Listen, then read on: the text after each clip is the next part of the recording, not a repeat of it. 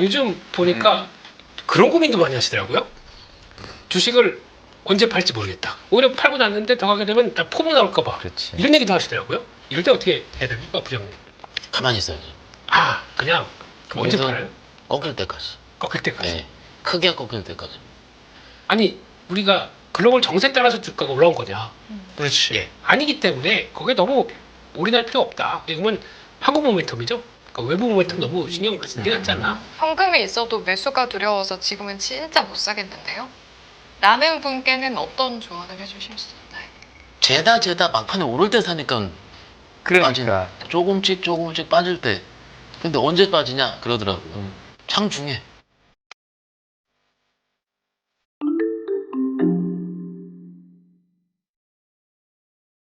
부장님 네. 어떻게 보셨어요? 오늘 시장?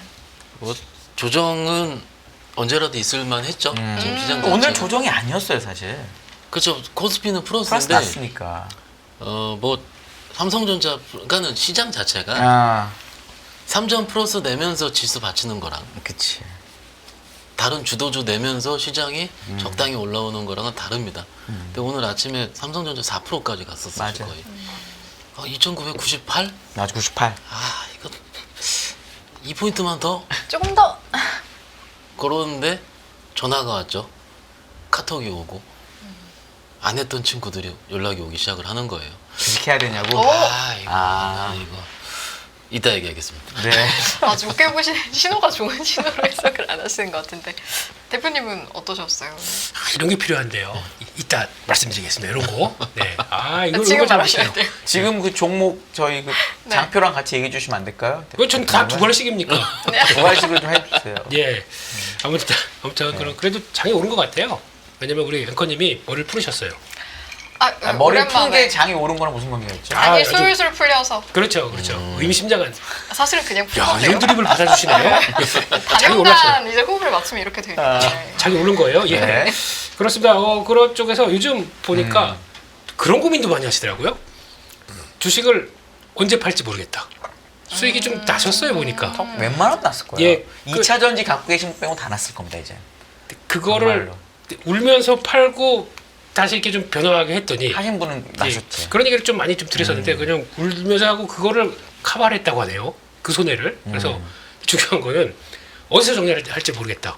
이렇게 했다고 하더라고요. 그러니까 내가 지금은 약간 이제 여기서 팔면은 더 갈 것 같으니까 그렇죠. 손을 못 대겠다. 오히려 팔고 났는데 더 가게 되면 나 포모 나올까 봐. 그렇지. 이런 얘기도 하시더라고요. 이럴 때 어떻게 해야 됩니까, 부장님? 가만히 있어야죠. 그냥 그럼 언제 거기서- 팔아요? 꺾일 때까지. 꺾일 때까지. 네. 크게 꺾일 때까지. 크게 꺾일 때까지. 네. 아주 그 철학적인 의미가 담겨 있네요. 주식을 철학적으로. 네. 그래서 이것도 이제 고민을 슬슬 하시기 시작한다라고 하다 보니까, 그러니까 시장이 뭐 꽤 올라오긴 왔구나 생각이 드는데 이제 이게 오늘 드는 생각은 이제 아마 그런 게 많이 보일 것 같아요. 아침 잔고와 저녁 잔고가 많이 차이가 나는 것들. 그게 뭐 단순하게 달라요. 네. 예 좋았을 때는 아침에 이만큼 좋았다가 밑으로 이렇게 쫙 빠지게 되면 기분이 안 좋았다가 또 이제 어떤 날 가면 미국이 쭉 빠져가지고 또 안 좋겠는데 그 아침에 이렇게 쪼그라게 시작했다가 우리 힘내게 되면 또 다시 쫙 올라오는 이게 반복이 되게 되면 사람이 아시죠? 그 조울증이 뭔지 아시죠? 네.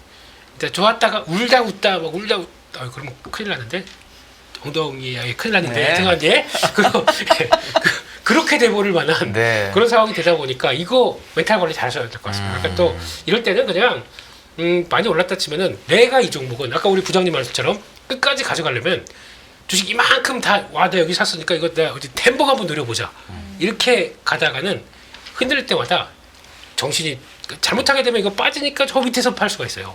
단기 그러니까 박스권인데 단기 고점 박스권을 그리는데 저점에서 팔고 잘못하다가 이거 내가 잘못 파네 그럼 또 올라가서 추격 마시고 요렇게 되거든요. 고점 박스권에서 그러니까 차라리 길게 가겠다 하는 종목이면 좀 챙길 건 챙기고 그냥 나 요 정도 끝까지 가야지 하고 하는 게 제일 좋지 않을까 하는 생각에서 그래야 더 가게 되면 더 끌고 갈 수 있는 힘이 생기더라고요. 네, 그렇게 보고 있고 네. 그래서 오늘 시장은 뭐 중동 리스크가 다시 또 불거지나요? 보니까 트럼프 대통령이 G7 하다 말고 후다닥 가셨다. 그래가지고 거기서 무슨 일이 있는 거냐? 근데 진짜 간 게 네. 이게 G7이 있는 곳이 캐나다잖아요. 네. 근데 캐나다랑 미국은 진짜 엎어지면 코 닿을 거리거든요. 1시간 반? 네. 그거를 간 게 네. 진짜 무슨 심각한 일이 있어서 간 거냐 아니면 뭔가를 시그널을 주려고 간 거냐에 대해서 혹시 부장님 어떻게 생각하세요? 이거 되게 중요한 판단일 것 같긴 해서 제가 보기에는. 갑자기 외교안보 대담으로 가네. 그래도 그냥 그래도 의견 느낌이 어떠신 궁금하네요. 것 네. 같으세요? 그 이후에 휴전이라든지 이런 것이 아닌 다른 게 있다라고 트럼프가 또 얘기를 한 것 같아요. 아니라고 하긴 한데 네. 왠지 다른 또 트럼프 거는 대통령의 뭐 말이 말을 왔다 갔다 하니까. 해석하기 네. 나름이라서 또 그러니까. 생각이 많아지긴 맞아요. 하죠. 근데 저는 이럴 때 시장 참여자로서 이 발언이 시장에 영향이 있는가만 보는데 특별하게 네. 발언 의미는 없을 지금 것 영향 같아요. 없을 것 같다는 네, 네. 거죠. 혹시 대표님 어떠세요? 왜 이분은 이런 거 네. 잘하시잖아요. 네. 뭔가 이렇게 밑밥 쫙 깔고 그리고 할 것 같이 이렇게 하면서 그러니까 어차피 나를 좀 띄워야 되는 이 입장으로 봤을 때는 그런 거 좋죠. 근데 그 다음 나오는 얘기가 뭐 벙커버스터 뭐 이런 얘기 나오고 뭐 신문에 그게 예 나오고요. 그리고 그 다음부터 이제 막 쫙 도는 게 뭐 그 이란의 핵기지 보면은 이렇게 못 가다 보니까 뭐 이렇게 이제 산맥 나오고 뭐 이런 거 사진 나오고 막 그러더라고요. 그래서 이렇게 다 알려지면은 제가 알고 있을 정도면 아닌 것 같아요. 그거는 그렇게는 아닌 것 같고, 근데 거기다 또 이제 후속 작업이 또 중요하다면서요. 그러니까 뭐 폭격을 해도 방사능 유출 뭐 이것도 또 중요하고 하다 보니까 모르겠습니다. 거기까지는 모르겠고, 근데 분위기는 제가 보기엔 그런 것 같아요. 관세 협상 사인하기 싫어서. 미국에 간 게 뻥카냐 아니냐에 사실은 약간 싸움도 있는 것 같아서 저는 그걸 여쭤본 거예요. 뻥카라고 거기까지는 모르겠습니다. 그 정도까지 이제 그 정도는 이거 하는 거죠. 이렇게 쬐는 심리. 네. 카드 어쨌든 영향은 별로 없다고 하셨으니까. 근데 저는 뭔가 그러니까 시장에서는 걱정은 한 것 같아요. 음. 예, 약간 좀 저게 뭘까 고민하면서 그래서 그런 건 있는데 그렇다고 해서 뭐 그냥 딱 하나만 볼게요. 지난번에 금요일에도 중동 리스크 터지고 나서도 그 얘기 드렸거든요. 아니 우리가 글로벌 정세에 따라서 주가가 올라온 거냐? 그렇지. 예, 아니기 때문에 거기에 너무 올인할 필요 없다. 그건 뭐 그렇게 간다고 하더라도 어차피 우리도 우리 길을 갈 거고 많이 올랐으면 우리 밀릴 거고. 그렇지. 거기다 또 시장에서 뭐 좀 조정 빌미 나왔다고 해서 그럼 같이 흔들렸다가도 언제든지 다시 움직일 거고 하다 보니까 지금은 한국 모멘텀이죠. 그러니까 외부 모멘텀 너무 신경 쓰는 게 낫지 않나? 개인적으로 그렇게 쿨하게 생각하고 떨고 있죠. 네. 왜냐면 써오 시기를 중동 리스크라고 쓰셔가지고 저걸 어느 정도 중요성으로 하는지 여쭤본 겁니다. 그냥 유가만 보려고 하고 있습니다. 네, 알겠습니다. 그렇게 하고 있고 그런 쪽에서 뭐 근데 요건 기분이 좀 안 좋아요. 외국인들의 현 선물 매도세 이거 한국 뭐 이제 구조적으로 뭐 다시 돌아갈 때가 됐다 전평가다 이렇게 되면은 이들이 좀 움직여야 될 텐데 그러니까 아직까지는 그래서 뭐 증권사 리포트 보니까 오늘 이제는 패시브 자금과 함께 움직일 때가 됐다라고 하는데 저희는 그런 분석 잘 모르겠고요. 일단 들어가야 됩니다. 그런 쪽에서 그러니까 어제는 삼성전자 빼고 나머지를 사더니 오늘은 삼성전자 사고 나머지를 파네요. 그러면 결론적으로는 매도가 그러니까 어디가 우위하느냐에 따라서 매도가 잡히는 게 이게 별로 기분이 안 좋다. 살려면 좀 다 넉넉하게 해주면 얼마나 좋을까라는 쪽인데 일단은 계속 또 봐야 될 것 같습니다. 그렇다고 뭐 규모가 크지는 않기 때문에 그 정도로 봐야 될 것 같고 뭐 업섹터는 뭐 다 보시는 것처럼 그냥 유리기판 오랜만에 올라왔고요. 많이 쉬다 보니까 움직였다고 봐야 될 것 같고 반도체가 움직이다 보니까 그런 것 같고 건설기계는 딱 한 종목이죠. 인프라코어 인프라코어가 힘내는데 인프라코어는 그냥 방산 쪽으로 보시기에 좋을 것 같습니다. 그렇게 봐야 될 것 같고 진단키트는 뭐 오랜만에 올랐죠. 맞아. 또 사망자가 늘어요? 저는 나중에 왔다 봤습니다. 갔다 하는데 뭐. 태국에서 좀 늘었던 것 같아요. 태국에서요? 네, 그런 것 같습니다. 태국 여행 못 가겠. 그래서 오늘 그 여행주들이 조금 그랬구나. 예, 그런 것 같고요. 자동차 요거는 조금 이따가 말씀을 드리고요. 뭔가 변화가 나올 때가 되는 것 같아서 예, 봐야 될 것 같고 약세 쪽은 피팅 밸브 강관 이게 다 우리 트럼프 대통령하고 회담 못했다, 못할 것 같다 이러다 보니까 가서 뭐 결과가 별로 없었다면서요. 그러다 보니까 그것도 우르르 밀리는데 또 이것도 종목은 선별해야 될 것 같아요. 그런 것 같고 재생에너지 쪽은 또 법안 관련돼서 또 되네 마네 뭐 이거 가지고 또 흔들리는 것 같고 그렇습니다. 네. 알겠습니다. 그래서 아까 부장님은 이제 아까 얘기하려다 마신 게 딱 보니까 외국인 매도세랑 이 3천 앞에 둔 반락에 대해서 얘기를 하고 싶으셨던 것 같은데 전화 오신 것까지 그 얘기 좀 해주시면 안 돼요? 그러니까 아시다시피 이 3천이라는 상징적인 지수대를 그렇지, 라운드지. 쉽게 넘긴 적은 과거에도 조금 며칠 질질 끌긴 끌었었어요. 그리고 어제 기억을 해보시면 주말에 중동 뉴스 살벌했거든요. 그럼에도 불구하고 심지어 외국인이 어제 첫 팔았어요. 매도가 시작을 했죠. 그럼에도 불구하고 지수가 그렇게 땡기는데 땡겼을 때 올라섰던 종목들이 주도주였고요. 삼성, 뭐 하이닉스 좋긴 좋았지만 다 좋았었던 거죠. 그러면은 어제 시장에서는 중동력이 별로 없었어요. 네. 그러면 시장 자체로 봤을 때 막상 오늘 아침에 얘기도 해드릴게요. 아침에 시장 2,998 갈 때 그때 나스닥 선물 마이너스였거든요. 그때도 마이너스였어요. 0.6인가 7인가 그랬는데 0.4로 줄었어요. 그럼 더 떨어져요. 그러니까 이거는 연관이 없다라고 보는 거예요. 그러니까 대표님께서 아까 말씀해주신 우리만의 이벤트로 왔다 갔다 하는 것 같아요. 이거 자체는. 그러니까는 이게 여태까지 우리가 중국이 어째서 그랬다. 혹은 미국 선물이 어째서 그랬다. 혹은 중동 쪽 뉴스플로우가 어째서 그랬다 하는데 제가 보는 각도에서는 오늘은 전혀 맞지 않고 그냥 네. 우리 뜻대로 움직였다. 그러면 3천 돌파를 앞두고 조금 쉬어가겠다라는 거겠죠, 시장에서. 네. 그런데 저희가 이제 시장에서 거의 고점과 끝물을 판단하는 방법은 이제 계좌 수가 많이 늘어난다라든지 혹은 시장에 광기가 올 때라든지 사실 작년 9월 달인가 8월 달에 뉴스 기억해 보시면 우리 시간에도 다뤘었어요. 대표님이 여름 좀 지나서 다루신 것이 정확하게 기억을 하는데 해외 계좌 수 늘어나고 그죠? 네네네. 테슬라 뭐 맞아요. 몇 배짜리 테슬라 몇 배, 몇 우리나라 배짜리, 몇, 예. 몇 분, 맞아요, 맞아요. 기억나네요. 기억납니다. 그리고 2달 정도 있다 미국 빠졌거든요. 네. 그래서 한번 이렇게 불이 붙어서 한두 달 정도 더 간다라고 저는 평소에 생각을 하고 있어요. 저뿐만 아니고 영업 좀 있으신 분들은 한번 붙더라도 조금은 더 간다. 근데 그때부터 조심해야 된다 이런 느낌이 있거든요. 근데 아직은 시작도 안 하긴 했어요. 그렇지. 왜냐면 그 작년 여름 가을 넘어가면서 해외 투자 이 붐이 그때는 정말로 요즘 모바일로 트시니까. 맞아요. 근데 계좌 수 자체가 뭐 천문학적 늘어나는 게 보이니까는 그랬는데 지금은 그런 모습은 아니지만 제가 오늘까지 영업적으로 관찰했던 내용은 네. 신규가 막 늘어난다기보다는요 뭐 조금 늘어나긴 하겠죠. 뭐가 중요하냐면 안 하셨던 분들이 입금을 하기 시작을 했어요. 휴면 계좌에서 돈이 맞아요. 들어온다는 예. 거죠. 예수금이 좀 늘어나는? 예, 그러니까 그게 예탁금도 많이 늘어나죠, 대표님. 63조입니다. 어. 이게 일단 넣고 어떻게 할까라고 물어보시는 분들 혹은 아는 친척을 정말 친했던 친구가 조정 언제 오냐 이라든지 뭐가 좋냐 해서 이거 친구한테 좋 얘기 이렇게 하시면 돼요. 예. 너 사면. 네, 그렇죠. 그것도 다 알고 있다 하더라고요. 네, 알고 나사면 빠지니까 여기까지 얘기 드릴게요. 네. 오면서 통화한 건데 네. 왜 그러냐면 재다 막판에 오를 때 사니까 그러니까. 나눠 사라. 제가 그랬어요. 네. 저 조금씩 빠질 때 근데 언제 빠지냐 그러더라고요. 장중에 장중 조정으로 끝나는 경우가 많으니까 그렇죠. 강세장에서 강한 그렇죠. 거는요. 네. 그건 난 일하기 때문에 못 본다. 그건 어쩔 수 없다. 그렇죠. 친구들한테. 그러니까 지금 이게 지금 약간 저희가 좀 약간 데이터를 보고 외국인 수급할 때는 사실 이틀 연속 판 거예요. 산 거 비해서 판 거 얼마 안 되고요.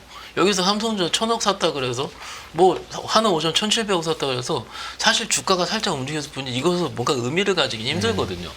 그럼 여기서 3,000포인트를 넘어서냐 안 넘어서냐 다 중요합니다. 중요하지만은 사실 여기서 내가 포모에 빠지냐 안 빠지냐가 더 중요하다고 봐요. 그래서 지금 대부분 분들이 최근에 정책주들도 오늘 박살이 났는데 스테이블 코인이나 이런 것들 몇 개 있잖아요. 그런 것들도 사실 그거 매매 안 했으면 오늘 안 무너졌거든요. 그걸 내가 이미 올랐었던 예를 들어서 하이닉스 신고가고 봤었던 대형주들이 이미 이만큼 올라 있으니까 그거 대신에 빨리 그걸 붙으니까 여기서 물리는 거거든요. 그냥 그냥 좋은 거 이거 하면 되는데 여기서 빨리 해서 장은 좋다니까 내가 빨리 먹으려고 수익을 날라고 요 간극이에요. 영업점에 제가 상담을 해보면 단타를 치자고 하고 그렇게 잘 샀으면 안 팔아야 되는데 네. 잘 샀으면 그러니까 장중 조정을 이용해서 혹은 지난주 금요일로 잠깐 돌아서면 무섭잖아요. 지난주 금요일처럼 제가 그랬어요. 지난 금요일 그러니까 그건 또 무서워서 못 산대요. 또. 주말에 어떤 일 있을까 봐. 그러니까 사건과 이벤트만 다를 뿐이지 사람들이 생각하는 메커니즘은 비슷하거든요. 그러니까 요렇게 해서 2,950포인트니까 프로서가 낮긴 낮았고 하지만은 오늘은 개인적으로 볼 때는 내용이 좋지 않은 조정이었습니다. 좋지 않은 삼성전자 땡기면서. 예. 알겠습니다. 저는 채팅창에서 바구님의 이 우려사항을 대표님께 전달해드리고 싶은데 네? 바구님은 이러시대요. 현금이 있어도 매수가 두려워서 지금은 진짜 못 사겠는데요? 라는 분께는 어떤 조언을 해주실 수 있나요? 그러니까 아까 말씀드린 것처럼 어떻게 반대냐? 이거와 반대되는 측면이죠. 그렇죠. 맞아요. 그러니까 또 아침에는 다들 이스라엘 정보기관이 돼 있으세요. 모사. 어떻게 그- 하셨지? 요즘에 다들 국제뉴스 제 주변에 이제 투자한 친구들 오늘의 지정 확정 리스크 막 다 정리하고 있어요. 그게 아닌데 모사, 드 이런 거. 넘어가시죠. 넘어가시죠. 제가 안 아세요? 받았는데 두 번이나 하고 지금 이니어에서 네. 제작진분들은 탄식이 들렸다는 걸 제가 전해드리면서 제가 안 받았는데 또 하시네요. 나 제가 못 들은 게 아닙니다, 그거를. 제가. 장이 좋은 거예요. 그냥 네. 이해해 주세요. 예, 그냥 그렇게 보시는데 근데 그럴 때는 약간 벌써 해답은 나와 있거든요. 우리 부장님 말씀하셨듯이 이런 고수분들이 하는 얘기를 들어보시면은 이거 똑같아요. 아까 그것도 잘못 팔게 되면 더 가면 포 나오죠. 잘못하면 이번에 잘못 사게 되면은 내가 들어갔다가 내가 또 고점 잡는 거 아니야? 이렇게 생각이 들다 보니까 방법은 똑같습니다. 아까도 말씀드렸듯이 그러면 슬림화해서 요거는- 나눠서 팔고. 예, 나눠서 이거는 끝까지 가겠어. 그래. 그거만 남기고 그냥 계속 올라올 때마다 정리하든가. 이건 반대로는 그러면 입맛에 맞는 가격 들어왔다 그러면 사야죠. 그렇죠. 근데 그때는 일단 발을 들이민다 그러죠. 그러거든요. 보통 저희가 이제 보초병 세운다. 보초병 세운다. 네, 이쪽 들어갔다가 거기서 보통 이제 보초병 세우고 그러면 여기 들어갔다가 올랐을 때 살까요? 빠졌을 때 살까요? 보통 올랐을 때 사야 되는데 일반적으로 빠졌을 때 삽니다. 사람들이. 그 이제 못하는 원칙은 오를 때 사라는 걸 배우는데 네. 보통 사람들은 빠질 때 사게 돼 있어요. 제가 보통 사람이에요. 일반적으로는. 그렇죠. 이제 빠질 때 사게 되면은 보통 사람. 네, 네. 이제 그때부터 이제 들어갔었을 때 그러니까 보통 이제 뭐 저희가 한 두 번 세 번 나눠서 한다고 그러잖아요. 많이 그나마 숙련된 분들은 세 번 삽니다. 세 번 사는데 일반적으로 산 다음에 더 빠지게 돼 있어요. 근데 그거를 인정하는 게 제일 중요하거든요. 그러면 그냥 그래도 비교적 싸게 샀어라고 대응을 해야 되는데 그 다음부터는 내가 요거는 뭐 백조 살 거야라고 생각하다 보니까 백조가 다 샀어요. 세 번 걸쳐서 그렇게 되면은 나머지 저 작은 거 가지고 팔았다가 이걸 살라고 그러세요. 그런 짓도 마셔야 돼요. 내가 이걸까지 했다 그러면 요거 가지고 보시든가 아니면 더 빠질 것 같다 그러면 이걸 또 잘라서 잘라야죠. 다시 싸게 살 준비를 하셔야 되는데 아니면 빠졌다가 빠진 게 오르기 시작할 때 사면 되잖아요. 그게 잘 안 돼요. 그게 쉽지 않아요. 네, 이제 그게 보면은 그래서 이제 장중에 제가 보통 보는 게 이제 우리 부장님도 그렇지만 분봉이라는 걸 보지 않습니까? 장중에 흐름이 어떻게 되는지 그거 보면서 거의 눈이 빠질 것 같아요. 보고 있으면요. 그러니까 저기서 분명히 저런 자리에서는 돌아서는데 그러니까 오늘 같이 약간 심리가 고점 찍고 이렇게 되면은 오후장에 그냥 뭐 별 얘기 없어도 그냥 묵직합니다 다들. 그러다 보니까 오늘 아까도 뭐 2,900 깬다는 얘기까지 나왔어요 또. 네, 그 정도로 쭉 빠지니까. 시장은 안 그러니까 약간 또 글루슬러 간다 하면 와르르 이렇게 될 것 같고 저렇게 할 것 같고 하니까 차라리 또 보초병들하고 그냥 손절하시는 분들 있어요. 근데 그게 일단 내가 종목 됐다고 생각하고 있고 자리 맞다고 생각하게 되면 거기서부터가 이제 자리를 맞춰야 되는데 근데 이왕이면 가장 좋은 거는 내가 보초병 들어갔다 빠졌다가는 그냥 일단 패스. 잘못될 수가 있으니까. 그렇죠. 그러니까 그러면 그거는 그 정도만 두고 보고 있다가 차라리 그게 확인하고 왜 힘이 있다는 거 있지 않습니까? 꼬리를 달든가 뭐 어떤 분봉사에서 어떤 변화가 나든가 해서 이렇게 딱 턴할 때 그때 사는 게 제일 좋습니다. 이게 턴할 너무 명확한 원칙. 예. 이게 이제 교과서에 나오는 정확한 친 말씀이죠. 근데 이게 좀 숙련이 돼 있으셔야 돼요. 그러니까 너무 어려워요, 근데. 쌌다고 무조건 샀다가 결국에는 덩치 많이 해가지고 거기서 밑에서 손절 이러면 더 안 좋더라고요. 이걸 잘할 수 있는 방법, 부장님.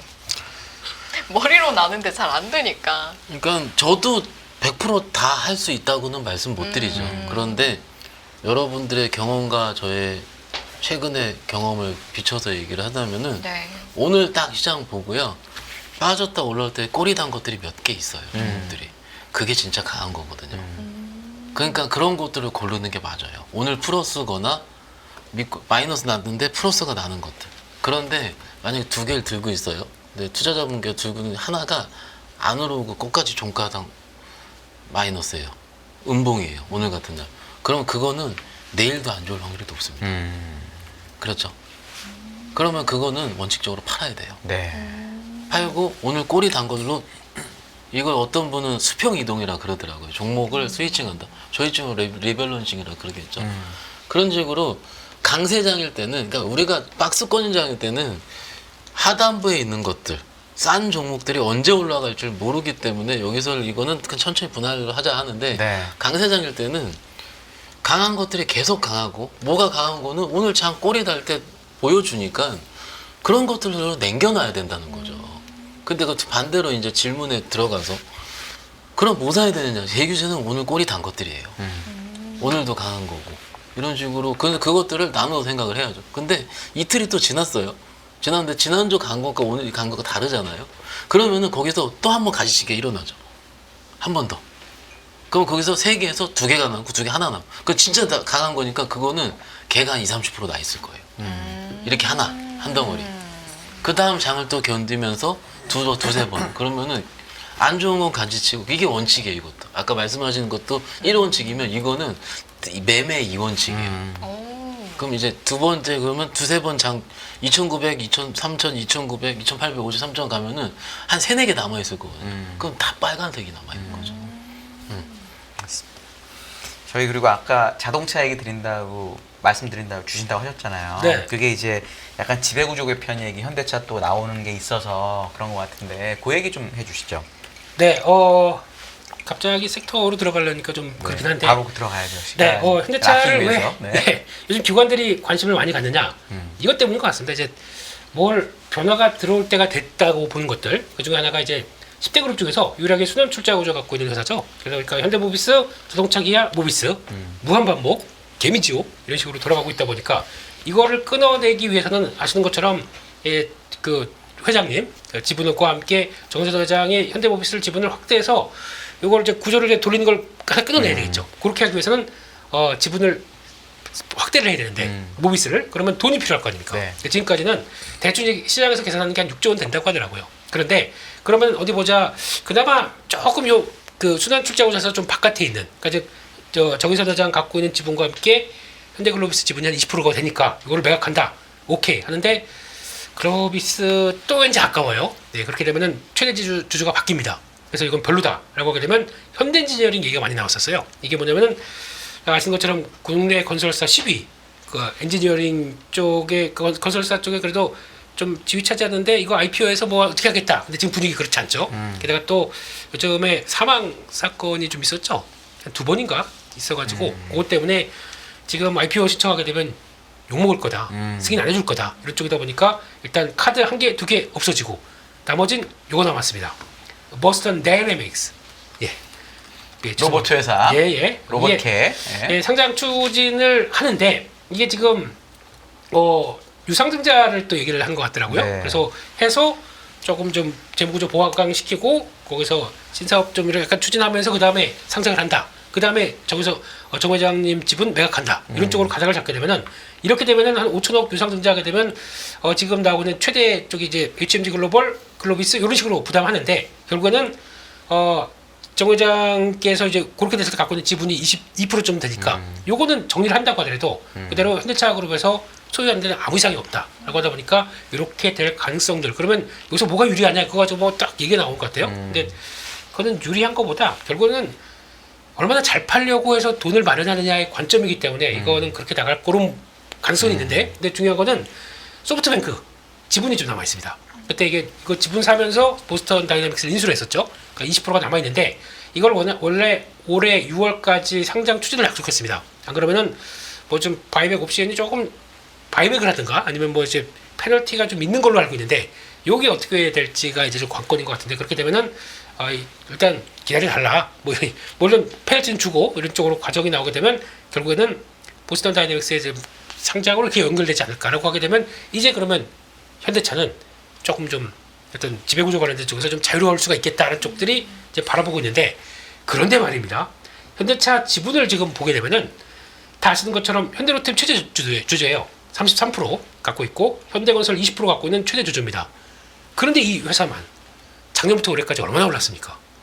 그러니까 연결로 잡히는 이쪽으로 봤을 때 이것만 한다고 하더라도 지금 그러면 더 좀 디밸류가 되는 거 아니냐 이런 쪽들로 얘기가 나오고 있기 때문에 이런 것도 생각하게 되면 그래서 자꾸 현대차 콜이 조금 좀 들어오는 것 같아요 지금 분위기가 그런 쪽에서도 그렇게 되면은 결국에는 뒤에 웃는 현대차다 뭐 이런 쪽으로 나오고 있는데 이거 한번 또 보시면서 이 과정들이 잘 이어지게 되면 현대차에 대한 또 다른 푸시가 나올 수도 있다. 라는 쪽 워낙 싸기 때문에 근데 솔직히 차트는 기아가 훨씬 이뻐요. 네, 죄송하지만 기아가 훨씬 더 약간 더 가벼워 보입니다. 그런 쪽에서 일단 변화가 나올지를 보시면서 그것도 솔직히 3,000대인데 좀 너무한 거 아닙니까? 20만 원 먹으면. 진짜 순환매가 안 되는 2차 전지 다음으로 안 좋은 거죠, 사실 이게 지금. 그런데 싸기는 싸고. 싸긴 그래서 싸고 돈도 잘 벌고. 예, 그래서 그거를 어떻게 연결고리를 끊는지에 따라서 또 주가가 바뀔 수가 있기 때문에 같이 지켜보자 그렇게 말씀드리겠습니다. 지켜보자라고 이제 대표님이 말씀하셨는데 그럼 부장님이 보시기에는 뭘 확인하고 좀 들어가야 그나마 안정감 있게 들어가는 건지 어떻게 정말 보시나요? 쉽게 얘기 드리자면 그래서 한번 올려칠 때 외국인 세계 들어오면서 그게 가장 안정적으로 보이고요. 왜냐면 현대차. 네, 아직까지는 실적 이슈가 남아있기 때문에 2분기 PB도 아직 안 나왔잖아요. 지금. 그거 보고 저는 개인적으로 들어가자.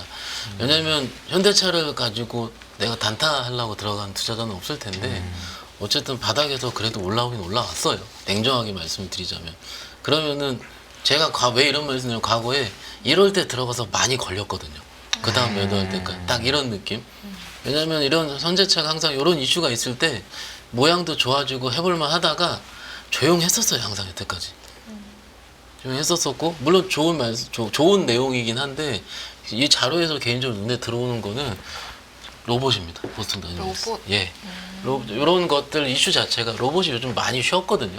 오늘 이게 시장이 2,998 찍고 밀리니까 여기서 이제 뭔가 큰 종목을 해보기엔 애매모호하고 그렇다 시장이 빠질 것 같지 않은데 적당히 횡보하고 기간 조정으로 간다면 안 올라갔던 성장주가 제 기억에 한 달 전에 팍팍 튀고 그랬었거든요.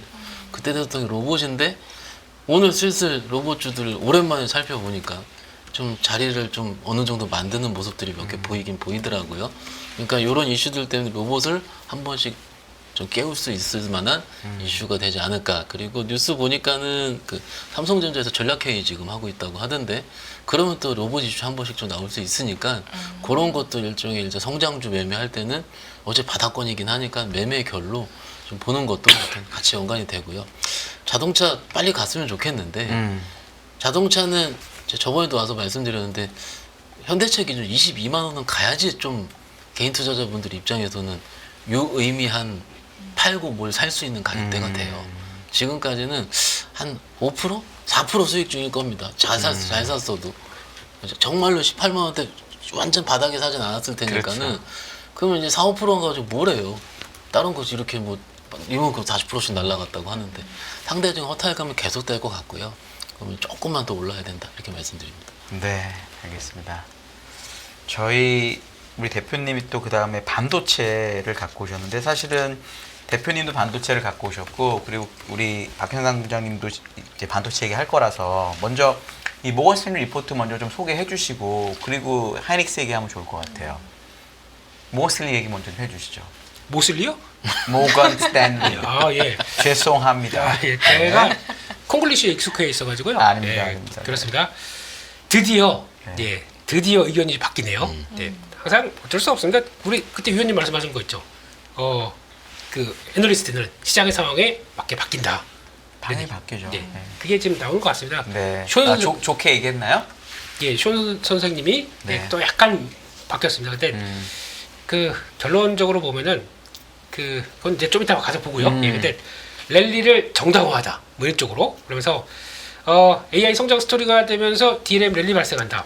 네, 이렇게 나오기 시작하고 특히 HBM 수혜주 쪽으로 그렇게 나오고 있어서 근데 끝까지 버리진 않습니다. 네, 펀드멘탈이 아직 회복이 안 됐기 때문에 단기 조정시 매수 쪽으로 그렇게 얘기를 하고 있는데 그러니까 산업 전망을 중립으로 상향을 시키는데 기존에는 완전히 코셔스니까 완전히 뭐 그냥 그렇죠. 예, 보지 마라. 주의해라 이런 거니까요. 이런 쪽에다가 네. 고나마 좀 올렸습니다. 그러다 보니까 그렇게 나오는데 그래서 이제 DDR4가 이제 요게 많이 영향을 받았다고 봐야 될 것 같아요. 우리 이제 안 만든다. 그러다 보니까 가격 재고가 DDR4가 더 비싼 경우도 나와요 지금요. 네, 그건 또 아직까지는 쓸 수밖에 없는 제품군들이 있다 보니까 그렇기 때문에 그래서 올라간다라고 하는데 그래서 결론은 3분기까지는 가격은 올라갈 것 같은데 또 4분기부터는 둔화. 그러니까 지난번에 얘기했던 건 W 쉐입이라고 그래가지고 그러니까 이제 올해 3, 4분기 계속 안 좋다가 거기서 이제 내년 1분기까지 해서 거기서 바닥 찍고 다시 돌아가는 이런 쪽으로 얘기했다가 또 바꿨어요. 네, 3분기까지는 다시 올라간다 그러면 이게 결국은 이게 또 타이트해지는 거죠. 예, 그렇게 얘기를 하는 것 같습니다. 그거 잘 생각해 보셔야 될 것 같고요.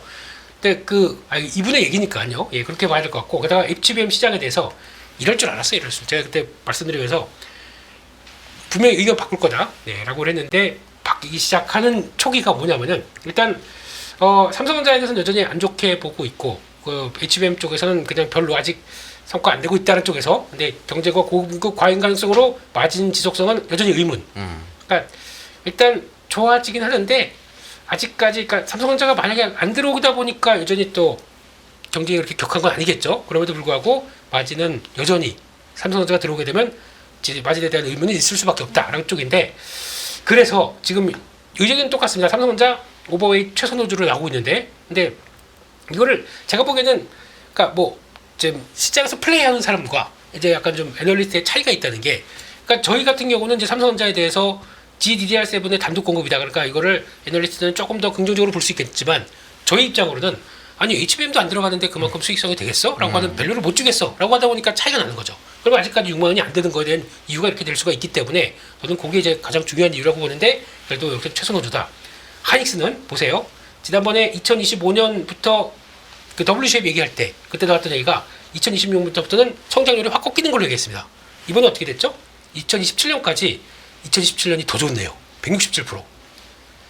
원래 제가 잘못 봤습니다라는 걸 이제 이런 데서 인정을 하는 거죠. 그러니까 아마 저게 27년 그로스는 아닐 거고 네. 상향 조정이니까 네. 원래 27년 추정치가 되게 낮았던 그렇죠, 거죠. 그렇죠. 추정치가 2배 반이 올라간 그렇습니다, 거니까 그렇습니다. 예. 이제 상당히 27년을 좋게 보게 된 그로스가 저렇게 난 건 아니지만 그로스는 아니고 네. 기존 뷰에서 올렸다는 확 얘기죠. 올린 거거든요. 근데 저는 그럴 리가 없다라고 말씀을 드렸죠. 왜냐면 HBM 포만 하더라도 P가 높은데 거기다가 이번에 루빈으로 들어가게 되면은 용량이 더 늘어납니다. P/Q가 다 좋아지면 이게 말이 안 되거든요. 근데 이런 식으로 나온다 그러면 그래서 이제 목표 주가는 최선호지만 목표 주가는 하이닉스를 더 올렸네요. 25만 원으로. 하이닉스인데 주가 높으니까 왜냐하면 지금 25만 원 넘었으니까 네. 25만 원을 해도 이퀄 웨이트 되는 거죠. 왜냐하면 현재 주가보다 아직 낮이 뭐 이런 느낌인 것 같은데요. 네. 제 생각엔. 네. 네. 더 올라가면 또 올릴까요? 그건 뭐 애널리스트의 판단이겠죠. 예. 네. 그러니까 아무튼 그렇게 되는 것 같고, 근데 요즘에 스타는 마이크로 테크놀로지입니다. 네, 그쪽에서 더 강하고 있고 요즘에 나오는 분위기 일단 엔비디아와 하이닉스가 한 몸은 인정. 근데 엔비디아에서 떠오르는 총알로 지금 이뻐 이렇게 해주고 있다 보니까 그래서 이 힛 이러면서 좀 엄청 올라오거든요. 예. 그렇게 귀엽게. 죄송합니다. 괜찮아요. 어쩔 수 없어서 이거 좀 네네네. 이래야 좀 시청률이 좀 올라가더라고요. 네, 기여가 되고 있습니다. 제가 희생을 하는 겁니다. 네네. 그냥. 감사합니다. 그래서 주가가 많이 올라가고 있는데 지금 주봉상에서 보게 되면 지금 고점을 돌파해서 안착하기 시작하는 모습입니다. 이거 쉽게 이탈 안 하게 되면은 전고점을 빠르게 돌파할 수가 있거든요. 그러면 단기적으로는 아마 마이크론 테크놀로지가 더 좋아 볼 수가 있습니다. 그렇기 때문에 그런 쪽에서도 한번 보시고 그러면 굳이 그 외국인 투자 입장에서는 그러면 삼성이나 하이닉스 말고 마이크론 테크놀로지 플레이할 수가 있거든요. 그러면 우리는 약간 또 주춤하겠죠. 그런 현상도 나올 수가 있다 보니까 그것도 한번 보자 그렇게 말씀드리겠습니다. 네, 알겠습니다. 부장님은 SK 하이닉스의 신고가 경신의 의미라고 갖고 오셨는데 저는 이걸 왜 이 주제를 보고 왜 여쭤보고 싶었냐면 아직 엔비디아가 신고가가 아니에요. 미국에서. 브로드컴도 신고가를 갔다가 실적 발표가 약간 빠졌고 근데 하이닉스가 먼저 신고가를 갔잖아요. 어떻게 봐야 될까요, 이걸? 그만큼 실적이 좋다고 봐야겠죠. 그만큼 좋은 거다. 그만큼 이거는 인정을 해야 되고요. 우리나라 먼저 썼다. 마이크론 그렇게 좋은 거 뭐 저도 보고 있고요.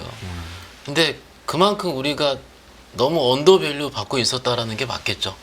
그런데 지금 코리아가 3,000포인트까지 보이는 이런 상황이 온 거는 코리아 전체 증시의 리밸류에이션이잖아요. 다시 좀 이걸 보겠다 싶었는데 보니까 지금 5배, 6배잖아, 하이닉스. 2분기 좀 8조 넘고 후반대 좀 나오고 예측치 나오고 있는데 이러면 싸죠. 싸서 들어오면 그런데 이렇게 지금 신고가 영역에 들어서면 매물이 없잖아요. 매물 없으면 여기서 빨리빨리 왔다 갔다 해요. 그리고 이거 오늘 드리고 싶은 말씀이랑 같이 연관 드리고 싶은데 하이닉스가 대장이죠. 그냥 반도체에서 인정해야 됩니다. 이럴 때 항상 하시는 질문이 하이닉스 많이 올랐고 삼성전자 더 올랐으니까 이거 어떻게 해야 되냐. 난 삼성전자 사겠다. 뭐 제가 종목 추천은 못 해드리는데 그래도 센 게 맞습니다. 실적 좋은 게 맞고요. 경험적으로 봤을 때 만약에 여기서 지수 멈추면은요, 이거 했다가 이거 먼저 올라오잖아요. 항상 그래 왔었잖아요. 그러니까 실적 좋은 거, 그리고 다음 달부터 실적 시즌 오니까. 그리고 오늘, 그러니까 어제 밤에 미국의 필반이 3% 뜨고 소부장 업체들이 떴다가요. 하나 비전 빼놓고 다 음봉이었어요. 맞아요. 꼬리 달고요.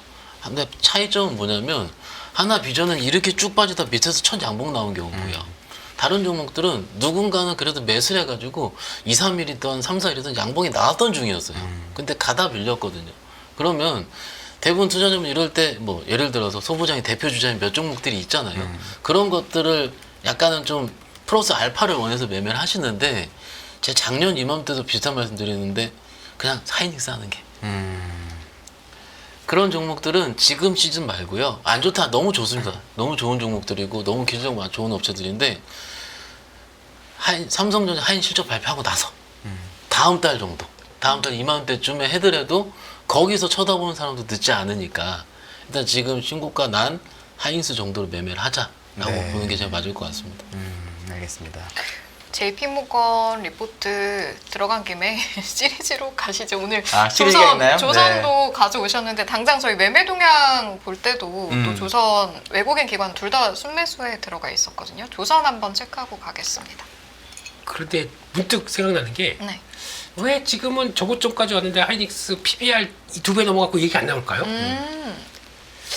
특이하네요. 예전에는 이익이 하도 많이 나서 그런 것 같긴 해요. 예, 그때는 그것 때문에 뭐 이거 팔고 삼성전자 가야 된다 뭐 논란도 많았지 않습니까? 예.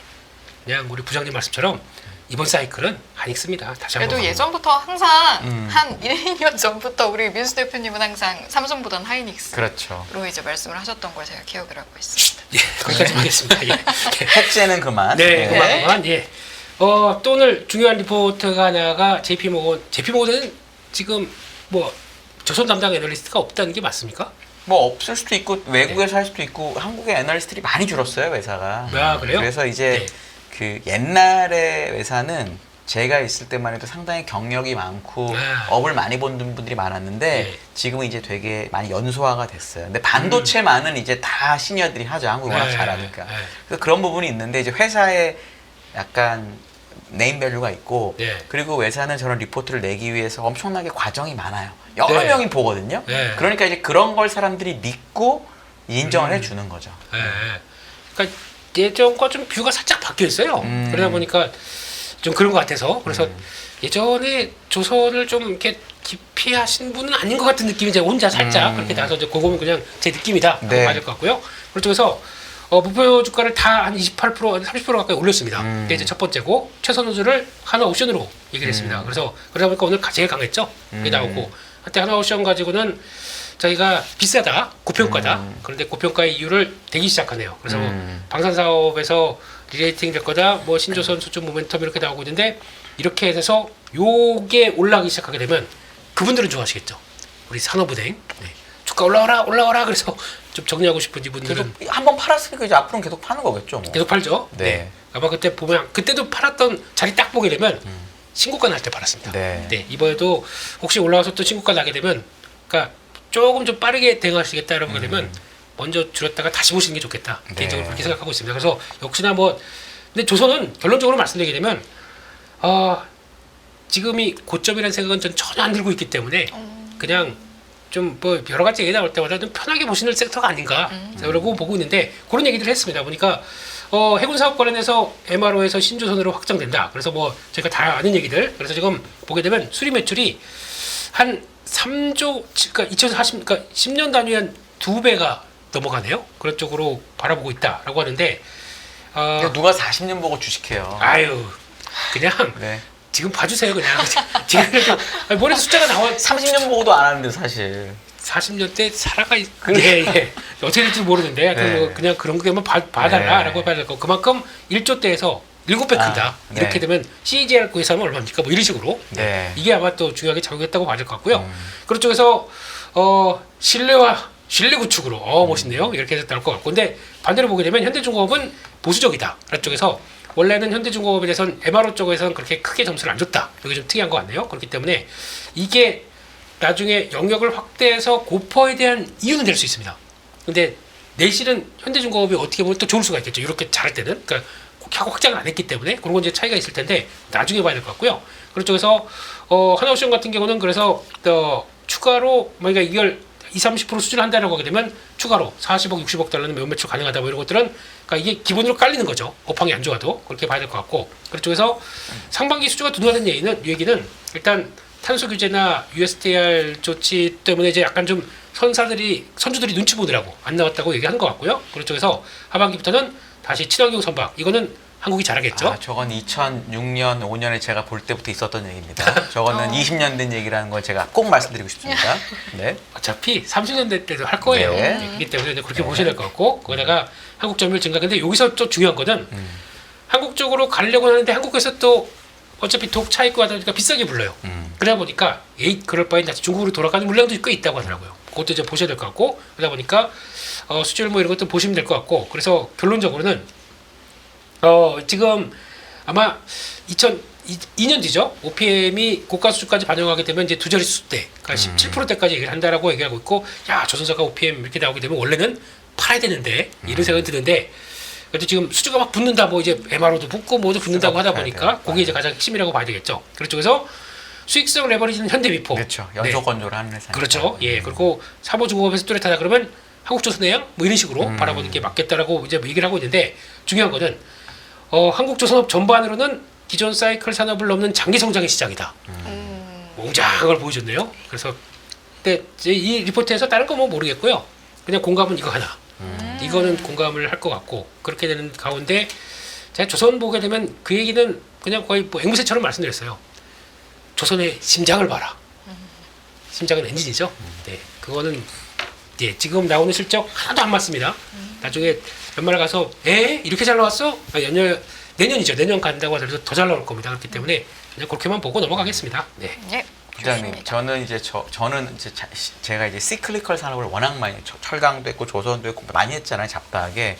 근데 항상 시클리컬 산업이 구조적이라는 말이 나올 때가 고점인 경우가 매우 많거든요, 정말. 근데 이제 하이닉스가 그걸 이겨낸 거예요. 원래 하이닉스는 시클리컬한 산업이었는데 HBM이라는 새로운 제품 덕분에 약간 구조적으로 변했잖아요. 그럼 지금 조선 업종들이 하는 MRO나 미국이나 이런 게 그동안의 시크리컬한 산업을 구조적으로 바꾸는 요인이 될 수 있다고 보시나요? 그럼 저 말이 맞는 거니까. 확인해야죠. 그럼 확인하려면 계속 왜냐면 지금은 MRO라는 걸 이제 첫 삽을 떠가지고 그렇죠. 이제 실적을 확인하는 중이잖아요. 네. 모든 산업, 모든 주식이 그럴 것 같을 때가 많이 오르고 그렇죠. 지금 그럴 것 같을 때 하는 중이잖아요. 이제 하나 네. 둘씩 나오고 있는 중이니까 지금 주는 이 MRO 쪽의 밸류가 정당한지 안 정당한지는 아직 누구도 대답을 못한다. 그럼 얼마나 반영이 됐다라고 생각하세요? 혹시 저는 그러면? 그래도 반 이상은 반영됐다 봅니다. 그 MR에 대한 이미 기대는? 올라서긴 했으니까는요. 그리고 최근에 조선주 보시면은 특정 종목들은 또 저 국내 증권사에서 일단 의견을 좀 하향시키기도 하고요. 지금 갈리는 시기이기도 하긴 해요. 그러니 오늘 보시면 여기 안 나왔는데 전 아침에 이 보고 쫙 보고 딱 하나 보이던데 대표님. 삼성중공업 마이너스 7% 목표가 여긴 안 써 있었어요. 네. 그러면 예. 정말로 제대로 되는 그 산업 우리가 이제 이니셔트 하는 그런 래퍼들이 처음 시작한 래퍼들이 있잖아요. 그런 거일 때는 같은 업종에 있는 한 종목을 마이너스로 잘 주지 않거든요, 대부분. 왜 시작하는 거니까. 그거 보고서 아이고 오늘 종목별로 갈리긴 하겠구나라고 생각을 했었어요. 그런데 오늘 하나 오션만 많이 올랐는데 그 이유 자체도 얘만 안 갔으니까. 산업 블록 딜 예상되는 물량 때문에 거의 2달 옆으로 기었잖아요. 아직도 고가가 아니던데요, 오늘 올라도? 네. 그렇죠. 그러니까는 오늘 시장이랑 어떻게 보면 오늘 조선주 움직임도 비슷해요. 갔던 것들 현대중공업 좀 밀렸고 최근에 안 갔던 거 올랐고 오늘 소부장 비슷해요. 소부장은 또 하나 비전 올랐고 나머지 쭉 밀리고 어쨌든 오늘 시장의 결 자체가 제가 보기에는 좀 올랐다 빠지는 시장이었으니까 그래도 안 빠질 것 같은 밑에 있는 것들에 대한 컨빅션을 가지는 시장이었다라고 정리를 하면 어떨까 싶고요. 근데 여기서 이제 종목을 조선 업종을 봐야 되는데 계속 좋겠죠. 계속 좋은데 사실 지난번에 조선주도 이렇게 하다가 뿅 쏜 것도 실적이었거든요. 또 실적 유지가 또 올 거예요. 또 한 달 정도 후가 되겠죠. 그러면 그 안에서는 개인적으로 트레이딩인 것 같아요. 지금은 뭔가 이제 실적을 확신. 왜냐하면 트럼프 내러티브가 처음에 발동돼가 시작을 한 조선 섹터인데 이건 어쨌든 매매해야죠. 저는 네. 매매라고 생각합니다. 그러니까 뭐 실적 도우면 더 갈 수 있는데 여기서는 매매를 하면서 내가 좀 수익을 득하고 나왔다 해야지 내가 이걸 또 끌고 갈 수 있지. 옆으로 붙여버려. 하나오션처럼 사는데 옆으로 붙여버리면서 한 달 가죠. 그리고 다른 거 이렇게 올라가죠. 또 못 참습니다. 또. 그러니까 좀 매매 플레이. 조선은 조금 트레이딩을 적극적으로 해야 되는 시기다. 네. 근데 이렇게. 트레이딩 적극적으로 하는 시기 자체가 업종에 대한 희망이 있다는 얘기예요. 그렇죠. 예, 좋다는 얘기입니다. 그런데 마냥 예전처럼 들고 있을 시기보다는 매매하면서 좀 수량을 늘려가는 게 조금 더 효율적이라는 거죠. 이상입니다. 네. 그 매매하면서 수량을 늘려갈 때 그럼 어떻게 할 것이냐라고 봤을 때 아까 이제 뭐 꼬리 다는 것에 대한 설명도 주셨고 사실은 오늘 가져오신 이슈 중에 하나도 장중에 눌림목을 줄 때 주도 섹터를 분할 매수하자라는 부분이었는데 이게 생각하시는 주도 업종이 몇 가지로 좁혀져 있는 건지 아니면 아까 말씀하신 것처럼 눌림목이 보이는 부분들 꼬리 다는 부분들을 하나씩 수집해가면서 소거하면서 가면 될지 전장가요 개인적으로 후장가요? 봤을 때는 업종을 우리 개인 투자자분들께서 지금 주도하는 게 한 8개 되죠.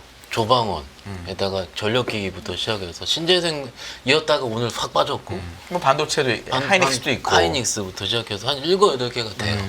근데 그 섹터 내에서 종목만 뽑아도 8개입니다. 근데 일반적으로 개인 투자자분들께서 저는 7개 넘으면 종목 많다고 생각하거든요. 개인적으로 운영하는 것도 8개 이상 넘기질 않습니다, 종목들은. 그런데 그 안에서 이제 내가 없는 걸 채우는 과정이잖아요. 그럼 기존에 알고 있던 최근 실적 좋은 화장품도 마찬가지고 그런 것들을 좀 보다가 천천히 사면 돼요. 내가 없는 것들은. 그러니까 굉장히 어렵다고 생각을 하시는데 누가 보더라도 좋은 것들 있지 않습니까? 그런 것들을 없는 걸 채우는 과정을 지금 조정을 이용해서. 그럼 만약에 내가 현금 100이 있다. 투자하시는 분들 중에 그런 분들은 거의 없겠지만 현금이 100이다. 그럼 어디부터? 현금 100이면 일단 깔아야죠. 다 깔아두고? 일단 깔아야죠. 그거 시작을 해야 됩니다. 종목이 좀 있어야지 거기서부터 내가 그렇지. 더 사고 덜 사고 하는 있어야 쳐다봐요. 안 너무 봅니다. 맞는 얘기. 예. 아, 일단 알겠습니다. 깔고 주도주로 깔고 네. 없으면 채우고 알겠습니다. 지금 태양광 풍력 얘기해 주시는데 오늘 좀 주가가 좀 그랬잖아요. 근데 그거에 대해서 태양광 풍력 뭐 세액공지가 폐지되면 여러 가지가 있었는데 이거 앞으로 영향은 어떨 것 같으세요, 대표님? 아무것도 모르겠습니다 이쪽은. 뭐 지금 진행되는 과정에서 네. 이 얘기 나오면 저렇게 이거 며칠 전에는 또 이거 저 상원에서 폐지될 거다. 이거 못 넘어갈 거다. 그러다 보니까 주가 쫙 올랐다가 또 아니라고 그래서 또 쫙 내렸는데 또 단독 보도나 뭐 그런 미국도 단독 보도가 나오네요. 제가 그 소스를 어떻게 미국에서 이걸 나오는지 몰라도 그것도 단독 보도 나오고 또 보니까 전기차는 또 이번에 세액공제 하도 좀 유치를 해야 되는 그 상원 의원들의 지역 때문에 또 세액공제 유지한다 뭐 이러고 있어요. 그러니까 넥스트에서 살짝 또 올라오더라고요. 아무것도 모르겠습니다. 이거는 그냥 그랬다 저랬다 해서 거기서 막 흔들릴 필요가 없을 것 같고요.